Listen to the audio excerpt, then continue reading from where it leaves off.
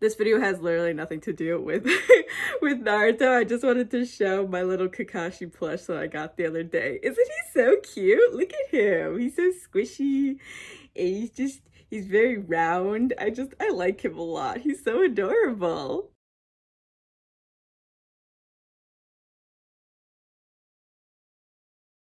Hello friends, what's up? It's Jaime here. Welcome back to another Fangirl Fridays video. I am so excited about today's video because this is a show that I have been absolutely dying to talk about ever since I first saw it, and today I finally have the chance to do so. So today we are talking about The Legend of Vox Machina. The Legend of Vox Machina is one of my favorite shows that I have seen so far this year and has quickly become one of my favorite shows of all time. And just like with all of my hyperfixations, I must now make it everyone's problem, which is honestly why I started doing Fangirl Fridays in the first place, because I am just incapable of shutting up about my favorite things. And this show is no exception, so buckle up and get ready for me to ramble on about The Legend of Vox Machina for however many minutes this video ends up being. And so without further ado, let's get into it. So for those who don't know, The Legend of Vox Machina is an adult animated fantasy show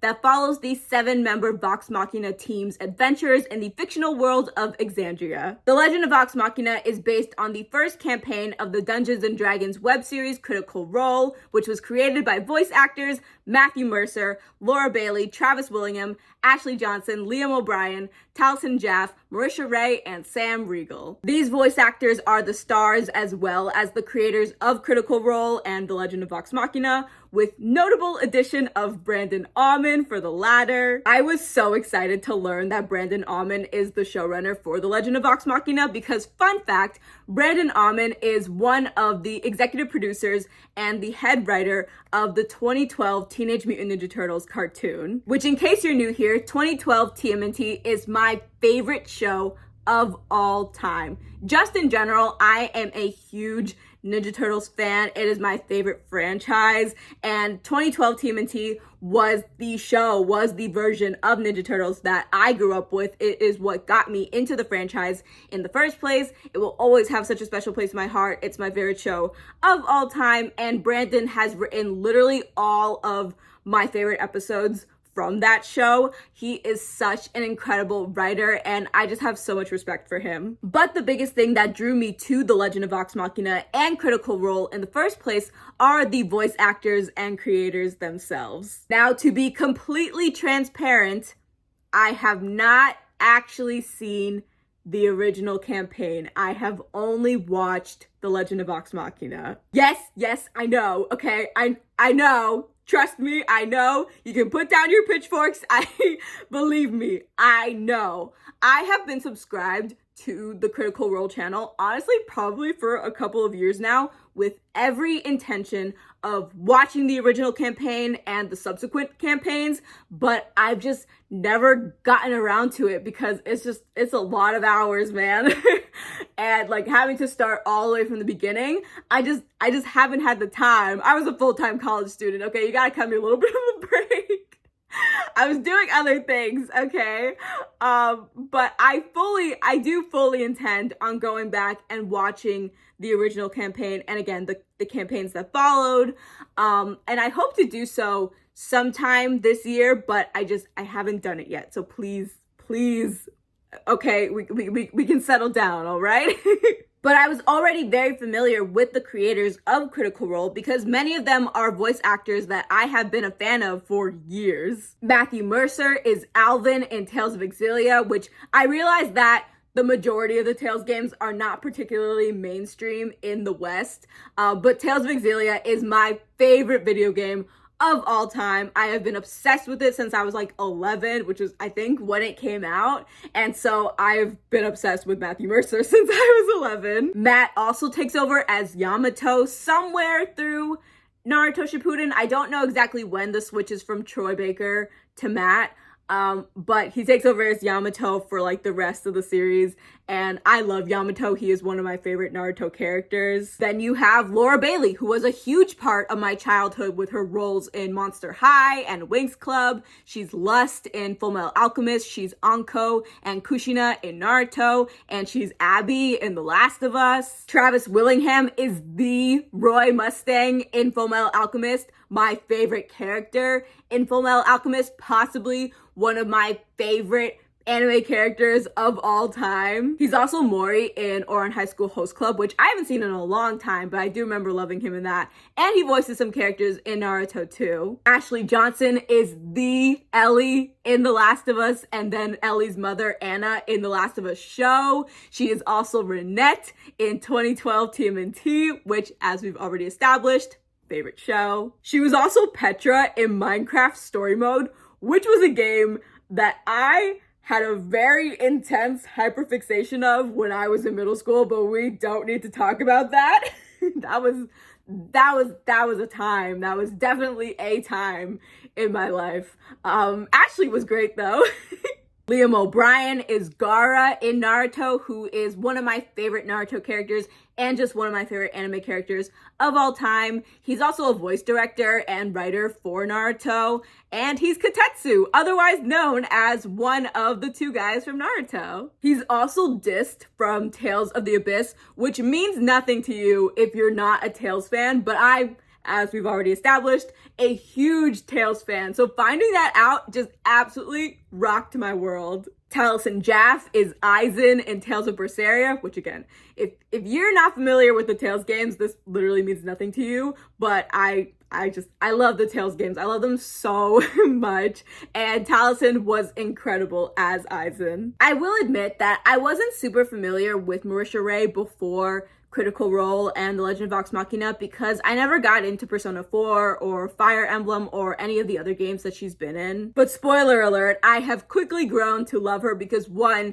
she's just so fucking cool, and two, she voices Keyleth, who is my favorite Vox Machina character. And last, but certainly not least, we have the incomparable Sam Regal, who is my favorite voice actor of all time. First, I just want to say that I am so happy that Sam is okay, that he is in recovery from his cancer, and just the fact that he was ever in such a scary situation and in so much pain just absolutely breaks my heart. I wish him and his family nothing but just all the love in the world. I have been such a huge fan of Sam's for so many years. In his own words, he's very talented, and I recognized that very early on in my life. And he has been a part of so many projects and played so many characters that have been so important to me. He was Donatello in the 2003 Ninja Turtles cartoon. He was Riven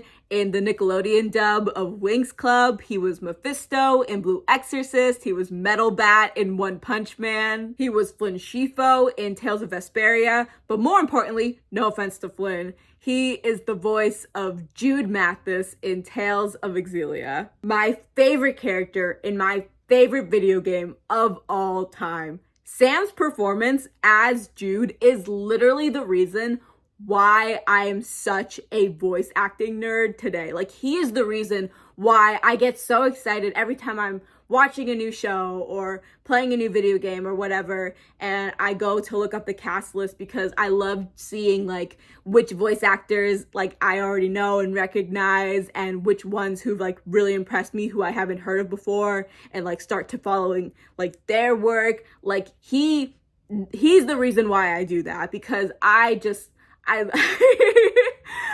was so just like obsessed with him as Jude that I'm like, I need to know everything else that he's ever been in ever. I don't know how else to say it. I just love Sam Regal, and again, I wish him literally nothing but the best. I just want him to be okay. And oh my god, just hearing him talk about how difficult having to deal with this cancer was for him, just oh my god, it actually made me so deeply emotional. I'm trying really hard not to cry right now, again, just thinking about it. Yeah, I just really hope that he's okay, and that everything in recovery goes so well, and that he can get back to doing all the things that he loves with the people he loves so soon. And I just, oh my God, I'm gonna start crying. I love Sam Regal, and yeah, okay. But so anyway, with me already being such a huge fan of so many of these voice actors, it was really only a matter of time before I got into Critical Role and The Legend of Vox Machina. Now again, while I have not seen the original campaign, so I can't compare The Legend of Vox Machina as an adaptation, I still have so many things to gush over when it comes to the show because I fucking love this show. Starting with the fact that this show, as it exists, literally was only possible due to the Critical Role fan base. It's actually insane that y'all raised over $11 million for this show to get made, especially when the original goal was a 22-minute special singular for like $1 million. Was that the goal? I don't remember exactly. I'd have to look it up to confirm, but that's insane. Like that is so much money. That is just like, that's unbelievable. So as someone who has fallen in love with The Legend of Vox Machina and is very excited to go back and watch and catch up with the original campaign, and again, watch the subsequent campaigns, I just want to say thank you to all of you Critical Role peoples who raised money to get this show made, because now people like me get to reap the benefits from it, and so I thank you for your service. One of the main reasons why I love The Legend of Vox Machina is that it is adult fantasy animation, which, in case I'm mistaken, and I would love to be mistaken, you don't really see a lot of like mainstream examples of in Western media. Again, if I'm wrong, which I would love, absolutely in this case, would love to be wrong, please leave your recommendations in the comments. I would love to see them. One thing that you need to know about me is that I love fantasy. Fantasy is my favorite genre to consume, my favorite genre to write in, my favorite genre to talk about. My favorite book series, Legendborn by Tracy Deonn, fantasy. My favorite movie, Nimona, also fantasy. My favorite video game, Tales of Exilia, fantasy. Like, you get the picture. And while some of my favorite animated fantasy franchises are targeted towards teens and or children, and don't get me wrong, I still very much love those franchises and still enjoy those franchises to this day, as I get older, I would like to see more animated fantasy projects that are for adults. And when I say made for adults, I don't mean shit that's just like dark and edgy and angsty just for the sake of being dark and edgy and angsty. I just mean like I want to see more fantasy that where the themes are a little bit more mature, the characters swear, the stakes are a little higher because there's a lot more risk of people getting seriously injured or dying, or like, I just want it to be a little bit more mature in that sense. And obviously, anime is a great place to turn for all those things that I just mentioned. As you could probably tell from before of me talking about all the different like roles that all the Critical Role voice actors have been in, that I am a huge anime fan. I love anime. But when you're in college for screenwriting and you're trying to explain to your professors that no, you don't want your fantasy project to be live action just because your characters are swearing, but you don't have any non-anime examples to bring up, which I realize is a very niche experience that probably really only applies to me, but it made me really wish that I would have had some Western examples to back me up when I'm trying to explain the things I'm writing in college. It definitely would have helped me to have The Legend of Vox Machina as like a here, look at this when I was in college. So while I watched The Legend of Vox Machina towards the end of my senior year, I was still immensely grateful that a show like this exists and that it is so well written and charming and funny, because this show is proof that adult fantasy animation can be done and done well, especially one with a medieval inspired setting and aesthetic. Sorry, that's another niche joke that no one is gonna get. I also just love that all of the episodes are 24 to 30 minutes long because it just made me feel so validated in not wanting to always write hour-long episodes. Another big reason why I love The Legend of Vox Machina is the music. The soundtracks for both seasons is so good. Something you need to know about me is that I very rarely listen to soundtracks from video games, shows, movies, etc. There are just like very few soundtracks that I will actually go out of my way to listen to. And the soundtracks for both seasons of The Legend of Vox Machina are among those few. My favorite songs, of course, are the Scanlan songs because I just love Sam Regal and he is incredible. I had no idea that Sam could sing before this, and finding out has just made me love him even more. But I love all the songs, Scanlan or otherwise. Neil Acri, I'm not sure how to pronounce his last name, did such a fantastic job with all of the songs, and I just love listening to them in the car. Like, they make me feel like I'm going on a little adventure. Though Do Not Go Far From Me makes me want to bawl my eyes out, but that is neither here nor there. If I had to pick my absolute favorites, I'd probably have to go with Pull My Beads of Love, because it's so stupid, but it's so funny and I just love it so much. Making My Way, and the recap song of season 1, Let Me Catch You Up. The opening song is also really good too. Now, the biggest reason why I love The Legend of Vox Machina is, of course, the characters. The entire Vox Machina team is so perfect. These characters are so well crafted, and their chemistry and relationships with each other made me feral in my tiny college apartment. I love these guys. I love them all. Besides like my absolute 2 favorite characters, I don't really have like a clear ranking of the rest of the team because I just love them all so much. Even like Scanlan and Vex, who I must admit, I did not love them as much in season 1. Scanlan because of his general Scanlan-isms, and Vex because she was being mean to Keyleth. Like, I fully get that she was just being protective of her brother. Like, I get that, I understand that, but Keyleth, that's my girl. She is my number 1. So anytime Vex was mean to her, it just made me sad. But I love the development that Scanlan and Vex have had, and now I love them just as much as the rest of the group. Well, the rest of the group, excluding my 2 favorite characters. One of them, as I've already mentioned, is Keyleth, and the other is Vax. And yes, I do ship them. We will talk about that in just a sec, but I just want to talk about them individually first.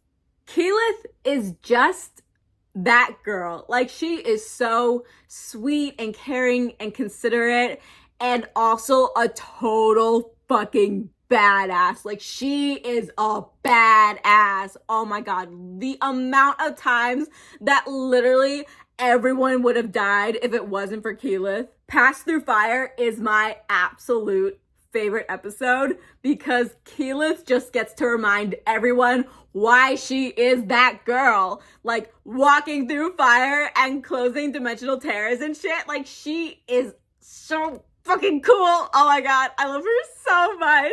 Oh my god, that scene of Keyleth passing through to the fire plane is so fucking good.